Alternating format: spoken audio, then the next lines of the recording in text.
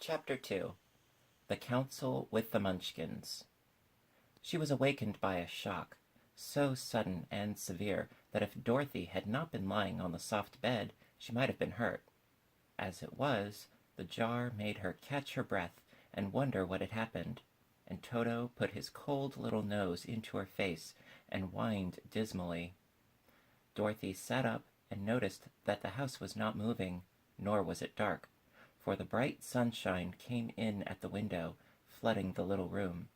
She sprang from her bed and, with Toto at her heels, ran and opened the door. The little girl gave a cry of amazement and looked about her, her eyes growing bigger and bigger at the wonderful sights she saw.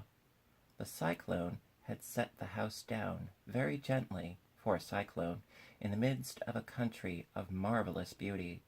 There were lovely patches of green sward all about, with stately trees bearing rich and luscious fruits. Banks of gorgeous flowers were on every hand, and birds with rare and brilliant plumage sang and fluttered in the trees and bushes. A little way off was a small brook, rushing and sparkling along with green banks and murmuring in a voice very grateful to a little girl who had lived so long on the dry, gray prairies. While she stood looking eagerly at the strange and beautiful sights, she noticed coming toward her a group of the queerest people she had ever seen. They were not as big as the grown folk she had always been used to, but neither were they very small. In fact, they seemed about as tall as Dorothy, who was a well-grown child for her age, although they were, so far as looks go, many years older. 3 were men and 1 a woman, and all were oddly dressed. They wore round hats that rose to a small point a foot above their heads, with little bells around the brims that tinkled sweetly as they moved. The hats of the men were blue, and the little woman's hat was white, and she wore a white gown that hung in plaits from her shoulders. Over it were sprinkled little stars that glistened in the sun like diamonds. The men were dressed in blue, of the same shade as their hats, and wore well-polished boots, with a deep roll of blue at the tops. The men, Dorothy thought, were about as old as Uncle Henry, for 2 of them had beards. But the little woman was doubtless much older. Her face was covered with wrinkles, her hair was nearly white, and she walked rather stiffly. When these people drew near the house where Dorothy was standing in the doorway, they paused and whispered among themselves, as if afraid to come farther. But the little old woman walked up to Dorothy, made a low bow, and said, in a sweet voice, "You are welcome, most noble sorceress, to the land of the Munchkins.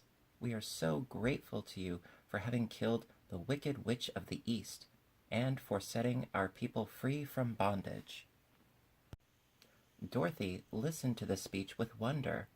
What could the little woman possibly mean by calling her a sorceress, and saying she had killed the wicked witch of the East? Dorothy was an innocent, harmless little girl, who had been carried by a cyclone many miles from home, and she had never killed anything in all her life. But the little woman evidently expected her to answer, so Dorothy said with hesitation, "You are very kind, but there must be some mistake. I have not killed anything." "Your house did, anyway," replied the little old woman with a laugh, "and that is the same thing. See," she continued, pointing to the corner of the house. "There are her 2 toes, still sticking out from under a block of wood."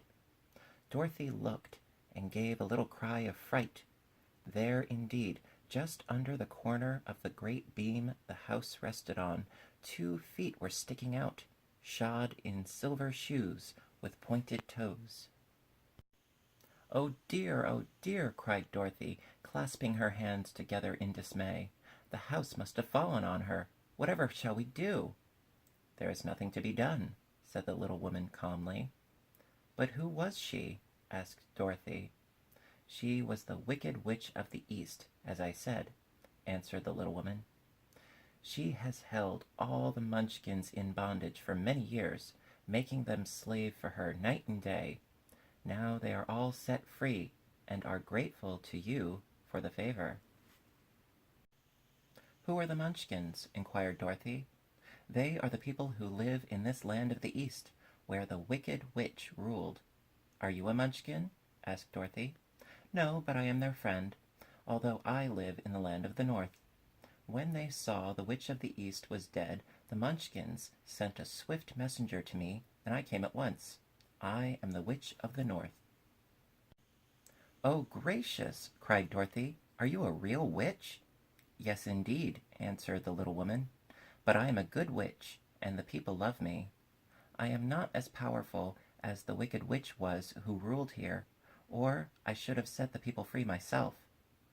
"But I thought all witches were wicked," said the little girl, who was half frightened at facing a real witch. "Oh, no, that is a great mistake.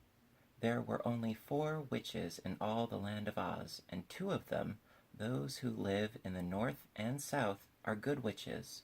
I know this is true, for I am one of them myself, and cannot be mistaken.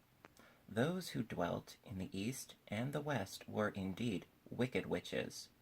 But now that you have killed one of them, there is but one wicked witch in all the land of Oz, the one who lives in the West." "But," said Dorothy after a moment's thought, "Aunt Em has told me that the witches were all dead years and years ago."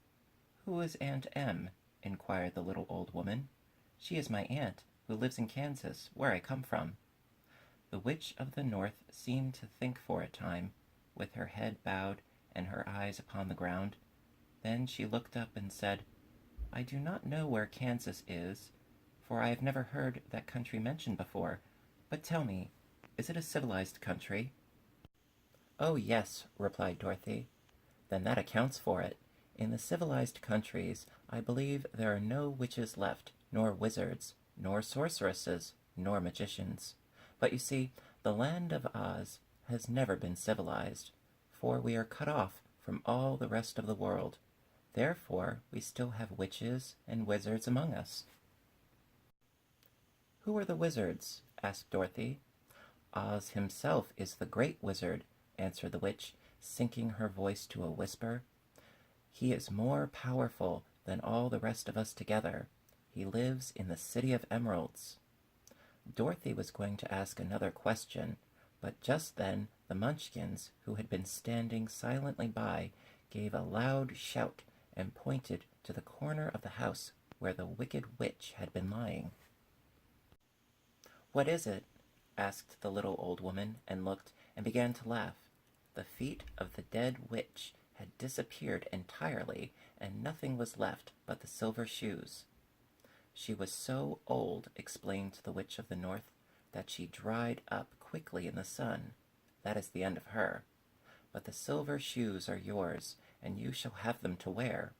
She reached down and picked up the shoes, and after shaking the dust out of them, handed them to Dorothy. "The Witch of the East was proud of those silver shoes," said one of the Munchkins, "and there is some charm connected with them, but what it is we never knew." Dorothy carried the shoes into the house and placed them on the table. Then she came out again to the Munchkins and said, "I am anxious to get back to my aunt and uncle, for I am sure they will worry about me. Can you help me find my way?" The Munchkins and the witch first looked at one another, and then at Dorothy, and then shook their heads. "At the east, not far from here," said one, "there is a great desert, and none could live to cross it." "It is the same at the south," said another, "for I have been there and seen it. The south is the country of the Quadlings." "I am told," said the third man, "that it is the same at the west, and that country, where the Winkies live, is ruled by the Wicked Witch of the West, who would make you her slave if you passed her way." "The north is my home," said the old lady, "and at its edge is the same great desert that surrounds this land of Oz. I'm afraid, my dear, you will have to live with us." Dorothy began to sob at this, for she felt lonely among all these strange people. Her tears seemed to grieve the kind-hearted Munchkins, for they immediately took out their handkerchiefs and began to weep also. As for the little old woman, she took off her cap and balanced the point on the end of her nose while she counted 1, 2, 3 in a solemn voice. At once the cap changed to a slate on which was written in big white chalk marks, "Let Dorothy go to the City of Emeralds." The little old woman took the slate from her nose, and having read the words on it, asked, "Is your name Dorothy, my dear?" "Yes," answered the child, looking up and drying her tears. "Then you must go to the City of Emeralds. Perhaps Oz will help you." "Where is this city?" asked Dorothy. "It is exactly in the center of the country, and is ruled by Oz, the great wizard I told you of." "Is he a good man?" inquired the girl anxiously. "He is a good wizard. Whether he is a man or not I cannot tell, for I have never seen him." "How can I get there?" asked Dorothy. "You must walk. It is a long journey, through a country that is sometimes pleasant and sometimes dark and terrible. However, I will use all the magic arts I know of to keep you from harm." "Won't you go with me?" pleaded the little girl, who had begun to look upon the little old woman as her only friend. "No, I cannot do that," she replied, "but I will give you my kiss, and no one will dare injure a person who has been kissed by the Witch of the North." She came close to Dorothy and kissed her gently on the forehead. Where her lips touched the girl, they left a round, shining mark, as Dorothy found out soon after. "The road to the City of Emeralds is paved with yellow brick," said the witch, "so you cannot miss it. When you get to Oz, do not be afraid of him, but tell your story and ask him to help you. Goodbye, my dear." The three Munchkins bowed low to her and wished her a pleasant journey, after which they walked away through the trees. The witch gave Dorothy a friendly little nod, whirled around on her left heel 3 times, and straightway disappeared, much to the surprise of little Toto, who barked after her loudly enough when she had gone, because he had been afraid even to growl while she stood by. But Dorothy, knowing her to be a witch, had expected her to disappear in just that way, and was not surprised in the least.